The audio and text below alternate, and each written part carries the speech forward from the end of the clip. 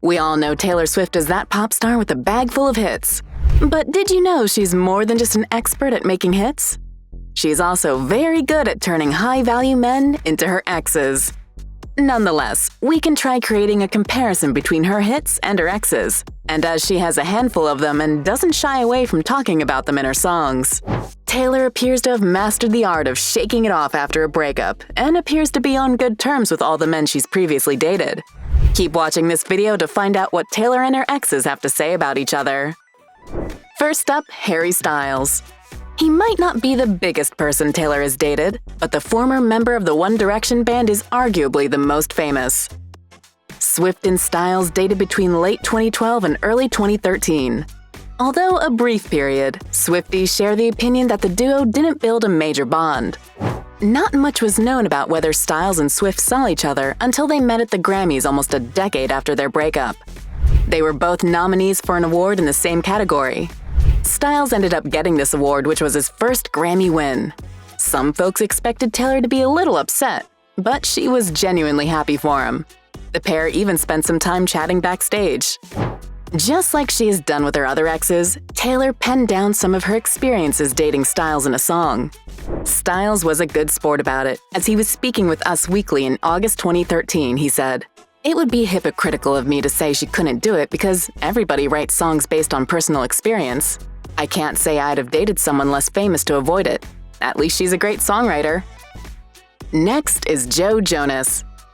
Former Disney star Joe Jonas and Taylor Swift dated as teenagers. Although we aren't certain if Jonas was her first boyfriend, going by how young they were at the time they dated, they could have been first-time lovers. Also, there is a likelihood that their inexperience was bad for the relationship, as Swift claimed Jonas didn't even give her the respect of breaking up with her properly. The pair had a complicated relationship, and Jonas broke up with her over the phone. And guess what? The call was less than a minute. It was actually a 27-second call. Who would have thought Jonas was a minute man? Swift could probably deal with the idea of a breakup, but she clearly wasn't happy about the fact that the breakup took place via a very brief phone call. Swift blasted Jonas publicly after the breakup, and this is an action she appears to regret. While speaking to Ellen DeGeneres about the most rebellious thing she did in her teens, she answered, "Probably when I put Joe Jonas on blast on your show. That was too much. That was too much. I was 18. Yeah, we laugh about it now, but that was mouthy. Just some teenage stuff there." Joe Jonas clearly wasn't happy about being publicly blasted by an ex, but he admitted he felt better after Swift admitted she regrets publicly shaming him.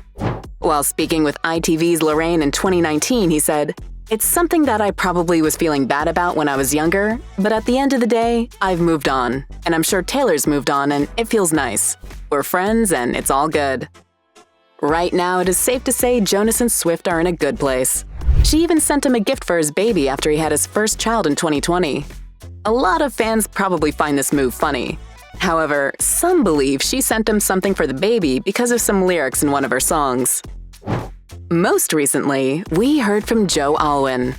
If you think Taylor and Jonas's breakup was painful, you perhaps have no idea how things were between the Pennsylvania native and British actor Joe Alwyn. Unlike a couple of her relationships that were short-lived, Swift and Alwyn were together for 6 years. Dating for 6 years meant the pair had a strong bond. But beyond how tight their bond was, they got to know each other well, and there was obviously a lot to talk about. Interestingly, in her usual fashion, Swift didn't shy away from talking about Alwyn in her song, just as she has done with her other exes. But for some reason which we can't explain, he might have been the inspiration for her album.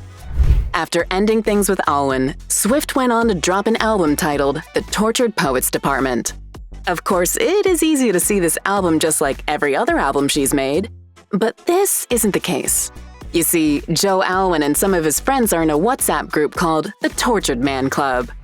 At this point, you do not need the spidey sense to feel the similarities between the name of this WhatsApp group and the title of her album.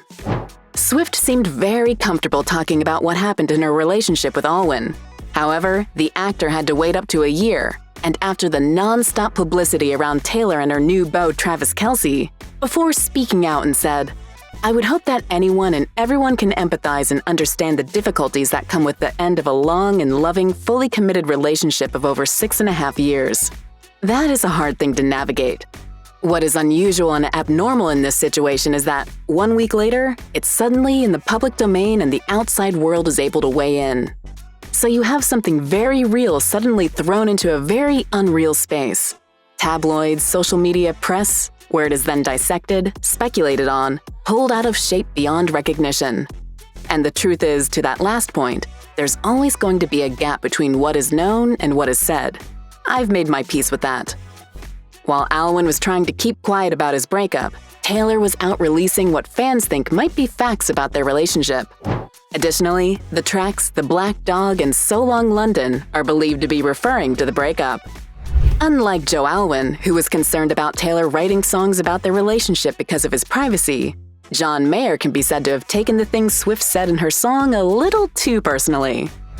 John Mayer was briefly linked to Swift, and they dated between 2009 and 2010. Swift was done and felt like telling her side of the story in the song Dear John. However, the fans were not done and seemed to have a major interest in that song. Some even went as far as sending John messages containing the song lyrics. One fan sent him, "I hope you choke on something," which is apparently a line in the song. John could have overlooked all of it, but responded with the message, "I've been getting so many messages like this the past couple of days. I'm not upset. I just tend to have a curious mind and feel compelled to ask, do you really hope that I die?" Taylor Lautner and Swift had a very short relationship and seemed to last longer on screen than in real life. They were together for just 3 months and started dating after meeting on a movie set. Although they didn't work out as lovers, they're still friends. Speaking about their relationship, Swift said, "He's wonderful and we'll always be close. I'm so thankful for that." Swift and Lautner are in a great place, but it doesn't seem like the actor wants to talk about what transpired in their relationship or the aftermath of things. All he could really talk about was the fact that she might have written a song about him. As much as he isn't sure what song she wrote about him, he believes he inspired Back to December. Lautner and Swift might not be absolutely happy with how things turned out, but the actor making an appearance in the singer's I Can See You video is proof that they're just fine. But there might be an exception to Taylor's exes being in good standing, and that should be Calvin Harris. The singer and Scottish DJ were together for up to a year, and when it was time to end things, they seemed to have been amicable about everything. Swift went on to release a song called Look What You Made Me Do in 2017, and fans believe she was referring to the DJ. Well, Harris doesn't seem to be happy with Swift, and even went on to say she made him look bad. Guess not everyone can shake it off. These are just a handful of the guys Swift has dated. These men are different, but they all seem comfortable with the fact that she makes songs about their relationships. But what do you think? Is this habit a privacy breach? Will Travis Kelce end up on the next album? Or has he broken the code? Tell us in the comments section below, and make sure to hit the like and share buttons. Also, please subscribe to this channel if you're new to our flock. See you soon, little birds!